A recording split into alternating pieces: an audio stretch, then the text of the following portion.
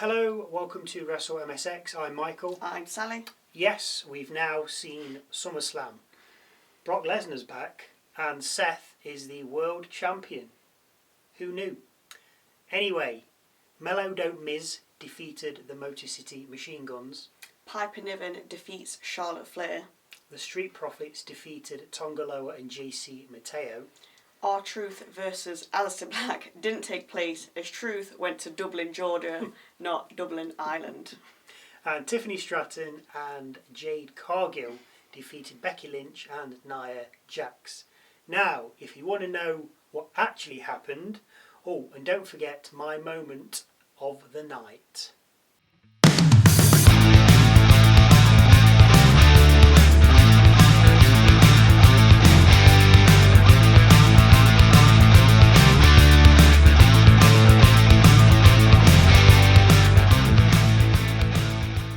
John Cena talks Pokemon cards.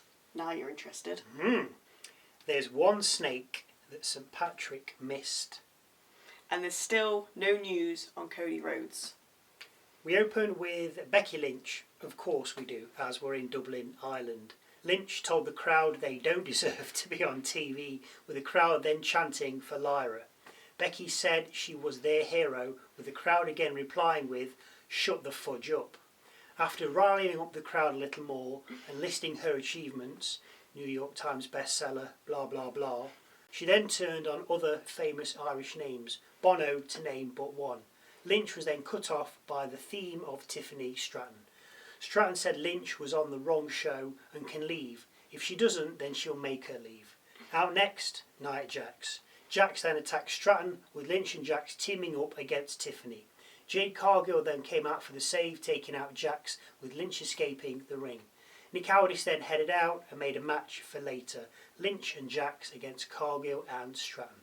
Joe Test then asked who saw that coming, and I replied, everyone, Joe, everyone. Backstage we see Carmelo Hayes cross paths with Fraxium and Fraser telling Hayes that Miz is a schemer. Cue The Miz. Before The Miz can get going though, Melo interrupts. Hayes says that The Miz is smarter than everyone before the pair walk off. In the background, in the hallway, you can just see Joe Gacy and Dexter Lumis looking on. First match of the night, The Miz and Carmelo Hayes, or Melo Don't Miz, versus the Motor City Machine Guns. The crowd chanted for The Miz, but when he was tagged in, he was soon double teamed to the outside by Motor City, with Sabin then diving out at both Hayes and The Miz. After the break, we see The Miz get an absolute beating from Sabin, with Sabin covering, but only for two. The Miz is double teamed and covered, with the save coming from Hayes on two, but probably regretting it as he also was then double teamed. The Miz then avoided a skull and bones, with Sabin then getting out of a skull crushing finale and Hayes tagging in. Hayes went for nothing but net, but Miz tagged back in, with the two then arguing about blind tagging. While arguing, Miz gets knocked from the apron, with Hayes then hitting a lung blower on Sabin. Shelley then takes out Hayes and dives out the ring after him, which allows The Miz to get back in the ring, cover Sabin and get the 1, 2, 3. Backstage, Kathy Kelly is with Jimmy Uso, and after speaking about him being pregnant, they're interrupted by Sami Zayn. After the pair hug, Solo and the MFTs appear. Solo suggests that Jimmy named the baby after him, with Jimmy giving that a big no. Sami then tells Solo he needs to worry about holding on to the US title, with Solo asking if this is another underdog story. Sami says no, you're not dealing with the underdog Sami Zayn, you're dealing with the WrestleMania main eventer Sami Zayn, with the MFTs then skulking off. Up next, Piper Niven versus Charlotte Flair. Niven, of course, with green and fire. Flair got a 2 count after a crossbody from the top rope, with Niven then getting a 2 count after a bossman slam. We come back from a break in the middle of another 2 count cover by Niven. Flair then drops Niven after multiple chops and big boots. Crotch chops Green, clearly a fan of the greatest era in WWE, Attitude, hits a moonsault and covers, but only for 2. A spear also only nets Flair a 2 count, with Charlotte then going for a figure 8.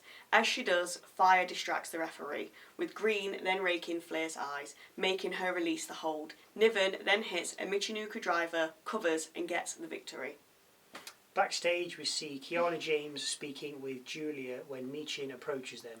Michin is looking for a shot at Julia's title, with James saying she'll have to go through her first, which Michin will gladly do.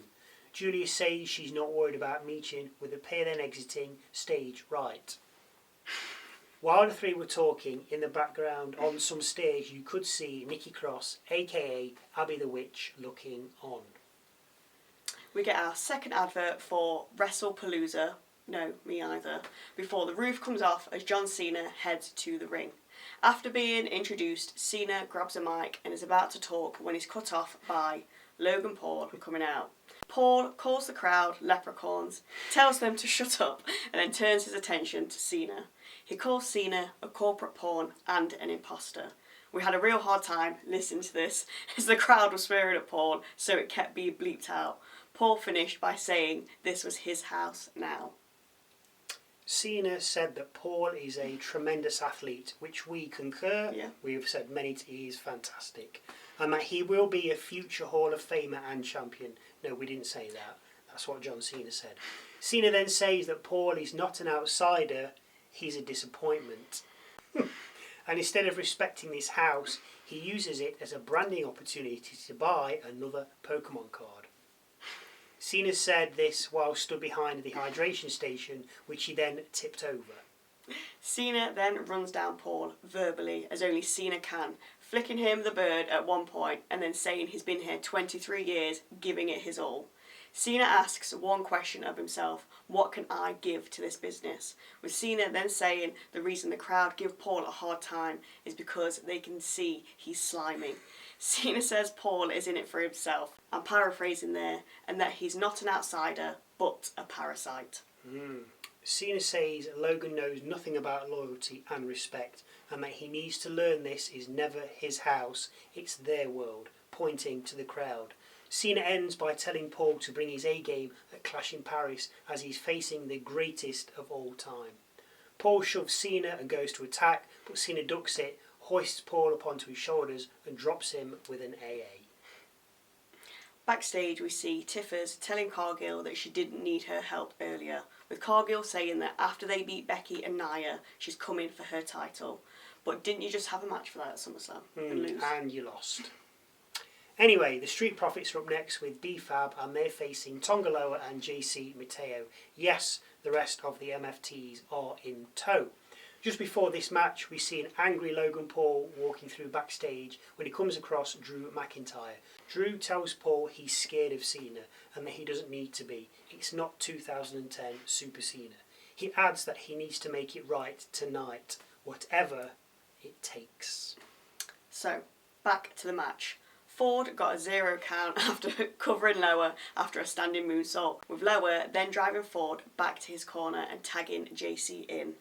The crowd chanted for the OCT while Mateo battered Ford, with Ford then being sent to the outside and being thrown into the ring post by Loa.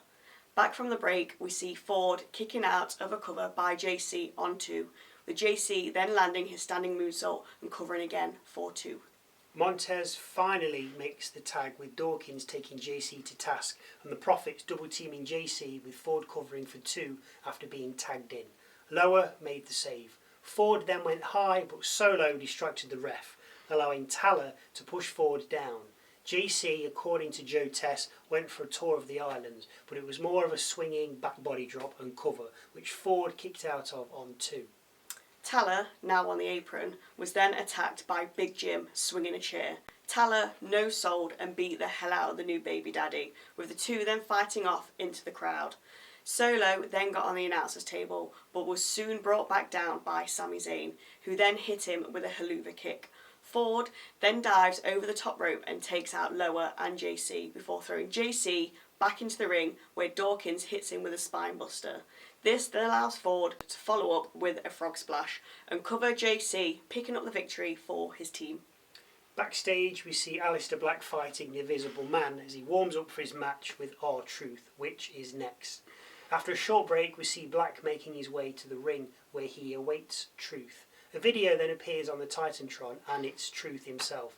He says he got on a plane for Dublin, Georgia, not Dublin, Ireland. He won't be able to make it tonight. He does have someone to stand in for him though, which of course is Damian Priest. The two end up fighting on the outside with backstagers coming out to make the save. Black escapes back into the ring, but Priest follows with the two, then continuing the fight up the rampway and into the back. Backstagers are there, but as usual, they're as useful as an ashtray on a motorbike. Joe Tess then gives us an update on Rhodes after his attack by McIntyre from 2 weeks ago, but unfortunately can't. Why, Joe Tess, why? Are the doctors on strike? We see the attack with Drew then heading over to the announcer's desk.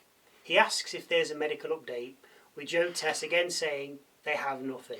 How can you have no medical update? Absolutely ridiculous. Maybe the hospital's closed. Drew then enters the ring, calls Rhodes a little pitch, tells him to take some selfies with the title, and that the next time he pins him, he's taking the title. Drew goes on to say that Rhodes has no friends left in WWE, but as he does, the Viper, Randy Orton, appears from behind and deals him an RKO. We then head backstage and see Nia Jax and Becky Lynch agreeing that they need to be on the same page as they ready for their tag match. So, last match of the night, Tiffany Stratton and Jade Cargill versus Nia Jax and Becky Lynch. Stratton knocked Jax to the outside, with Lynch joining her, which allowed Stratton to swanton to the outside from the top of the ring post. Stratton threw Jax back into the ring, but was stopped from getting fully in the ring by Lynch, who grabbed her leg, which allowed Jax to leg drop Stratton and cover for 2. Back from the break, Cargill and Lynch tag in, with Cargill taking it to Becky, dropping her with a spinebuster and fall-away slam. A rack powerbomb from Cargill nets her a 2 count, with Lynch kicking out.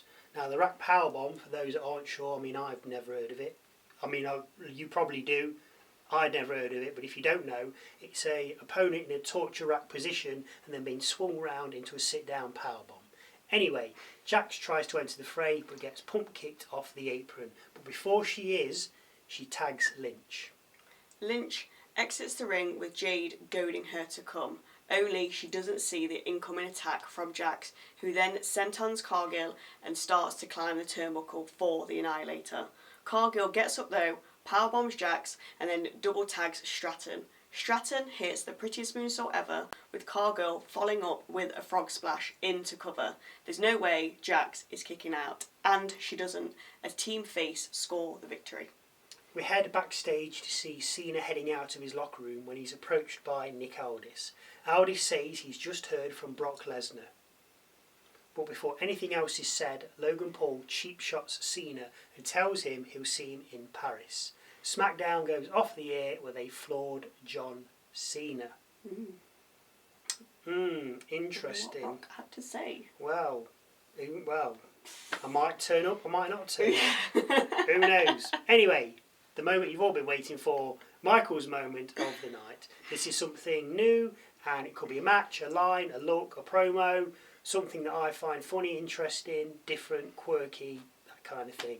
Now obviously it has to wait until the end, because if I do it halfway through and it's something that happens at the end, it's kind of a spoiler. Now I did like Stratton's swanton from the top of the ring post, because she didn't land on her head, but she kind of landed on her head. She didn't really land on who she was supposed to properly, and it was like, ooh, but she stood straight up, so clearly she got away with it. But anyway, Michael's moment of the night is John Cena being John Cena and giving Logan Paul a tongue lashing. Yes, of course he knows what he's going to say during his promos, and yes, of course he practices, but to not slip and stumble over his words and at speed is very impressive. Now we have all this in front of us and we have so many takes, it's unbelievable. He gets one shot and he nails it straight away, and it is something to admire. Now, LA Knight tries this and often fails, and he doesn't even talk as long as Cena. He'll be quick, but he'll stumble over or he'll forget something. Now I appreciate he's not John Cena, he's doing his own thing and he's trying to be like him, but he just slips, and when you slip it looks silly. Now Punk did one to Cena a few months ago before their match, and Punk did well while Cena was in the ring, but he slipped up. So you've had a go, you've done well, but for Cena to be able to do this, it's It is just fantastic for me. And if you do get chance, go and watch Cena verbally attack Paul, because we do not do it justice here. No. And it is just John Cena being John Ultimate Cena, John Cena, yeah. at his best. Yeah. At his best. Any thoughts or views you'd like to share if you enjoyed Cena's promo on Logan, then let us know. Feel free to leave any comments in that section down below. Also, don't forget to go and check out our Musings video with thoughts and opinions on the last week of WWE, because a new one drops every Wednesday. Yes, we did speak about SummerSlam. Yeah. Or the lack of. Thank you again for watching. And we'll see you Tuesday for Raw.